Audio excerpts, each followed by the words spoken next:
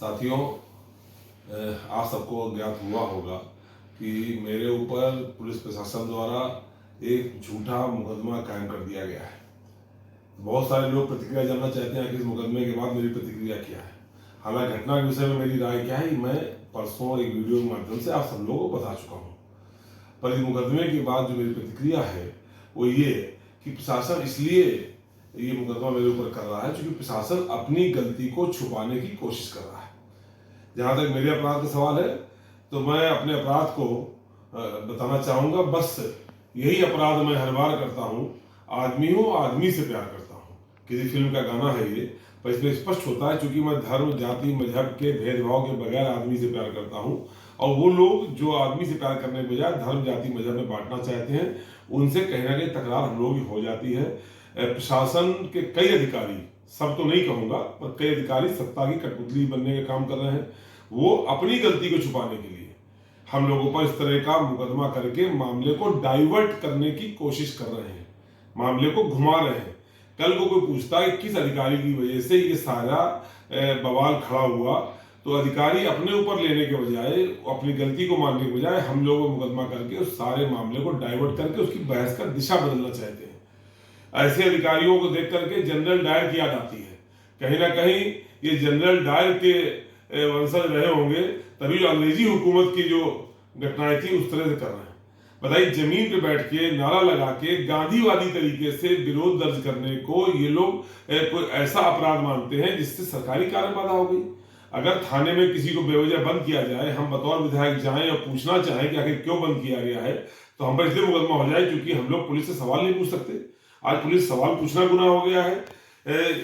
ये हमारे ऊपर उन्होंने अतार्किक और अव्यवहारिक होने का आरोप लगाया है, जबकि मैं कहना चाहूंगा ये ऐसे अधिकारी अदूरदर्शी, अहंकारी, आक्रामक और असंवेदनशील है।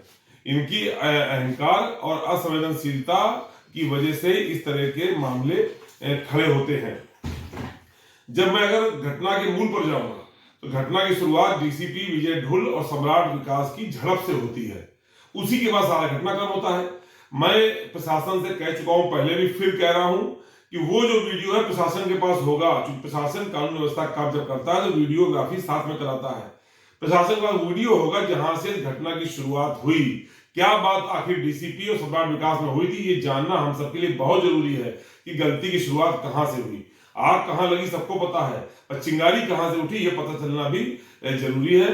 वो वीडियो पब्लिक में जारी किया जाए, हम सब लोगों को दिया जाए, जहां विजय ढोल जी की और सम्राट विकास की बातचीत शुरुआत हुई है, इसकी हम मांग करते हैं।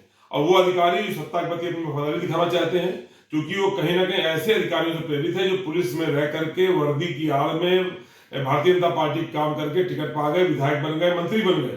तो ऐसे बहुत सारे अधिकारियों का अनुसरण करके अधिकारियों में भी एक ये पनप रही व्यवस्था कि वो वर्दी में रह करके पार्टी की वफादारी करें, ताकि जब चाहे वर्दी छोड़ के चुनाव लड़के ये विधायक, सांसद और मंत्री बन सकें। तो ऐसे अधिकारियों से मैं अपील करूंगा कि वो इस तरह का आचरण छोड़ के जो शपथ ली थी संविधान की, उस शपथ के अंतर्गत निष्पक्षता के साथ में धर्म जाति के आधार पर बंटवारे के बगैर काम करें।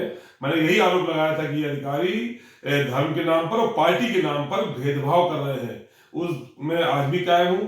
उसी अधिकारी के द्वारा आज अम्बेडकर वादियों द्वारा जो बाबा साहब भीमराव अम्बेडकर जी की जयंती पर शोभा यात्रा निकाली जा रही थी, उसको भी रोका गया। कई घंटे विवाद होने के बाद उसको कैसे न कैसे उन्होंने संभाला है। तो ऐसे अधिकारी जो अव्यवहारिक हैं, अदूरदर्शी हैं, असंवेदनशील हैं और अहंकारी हैं, इनसे कहीं ना कहीं समाज में दिक्कत पैदा होगी।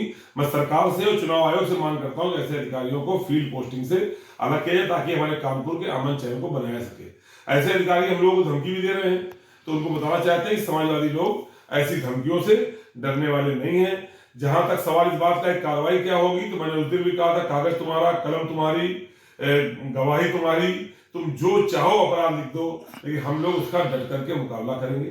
जब मुकदमा हो ही गया है, हम अधिकारियों से, वैसे मेरी इच्छा तो यह है कि नवरात्र का मैं व्रत हूं, व्रत मेरा अष्टमी को पूरा हो जाएगा। अष्टमी को मेरा व्रत पूरा होते ही मैं गिरफ्तारी दे दूं, अधिकारी मुझे गिरफ्तार करके जेल भेज दे।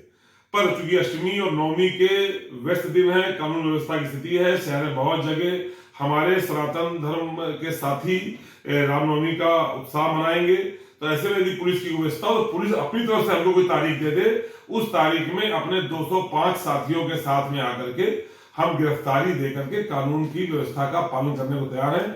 मेरी आंतरिक इच्छा यह है कि अष्टमी के दिन हवन पूजन अपना पूर्ण करने के बाद दंडवत करते हुए पनकी थाने जाएं और अपनी गिरफ्तारी दे दें। इस संबंध में जो प्रशासन की राय मशविरा उसको मानने को मैं तैयार हूं। मैं अनुरोध करता हूं प्रशासन के अधिकारियों से कि एक तो वो वीडियो जहां से इस विवाद की शुरुआत हुई वो वीडियो दिलाया जाए ऊपर से, और मेरी गिरफ्तारी के जो तारीख समय निश्चित करना जाए निश्चित कर दे।